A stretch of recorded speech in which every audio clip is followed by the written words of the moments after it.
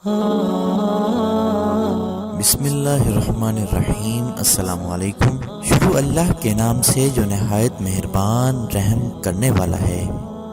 نبی کریم صلی اللہ علیہ وآلہ وسلم نے فرمایا، جب ایک بندہ مسلمان ہو جائے اور اس کا اسلام عمدہ ہو تو اللہ اس کے اس گناہ کو جو اس نے اسلام لانے سے پہلے کیا معاف فرما دیتا ہے، اور اب اس کے بعد کے لیے بدلہ شروع ہو جاتا ہے، یعنی ایک نیکی کے عوض 10 گناہ سے لے کر 700 گناہ تک ثواب، اور ایک برائی کا اسی برائی کے مطابق بدلہ دیا جاتا ہے، مگر یہ کہ اللہ تعالیٰ اس برائی سے بھی درگزر کرے اور اسے بھی معاف فرما دے، یہ بھی اس کے لیے آسان ہے۔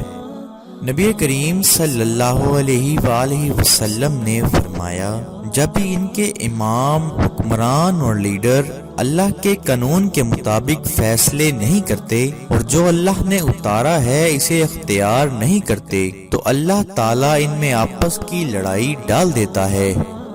نبی کریم صلی اللہ علیہ وآلہ وسلم نے فرمایا، مومن وہ ہے جس سے لوگوں کو اپنے مالوں اور اپنی جانوں کے بارے میں خطرہ نہ ہو، اور مہاجر وہ ہے جو غلطیاں اور گناہ ترک کر دے۔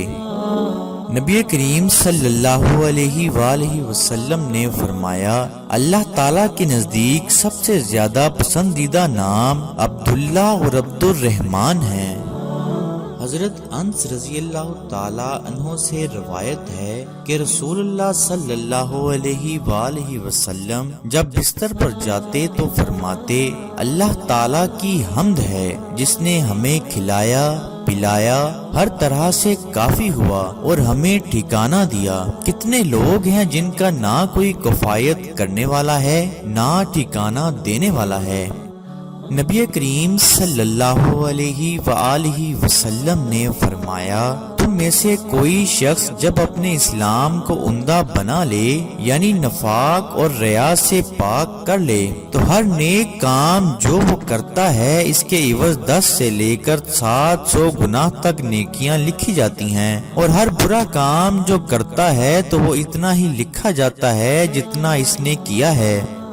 نبی کریم صلی اللہ علیہ وآلہ وسلم نے فرمایا، جس نے جمعہ کے روز غسل کیا اور خوب اچھی طرح کیا اور جلدی آیا اور خطبہ میں اول وقت پہنچا، پیدل چل کے آیا اور سوار نہ ہوا، امام سے قریب ہو کر بیٹھا اور غور سے سنا اور لوگ سے بچا، تو اس کے لیے ہر قدم پر 1 سال کے روزوں اور قیام کے عمل کا ثواب ہے۔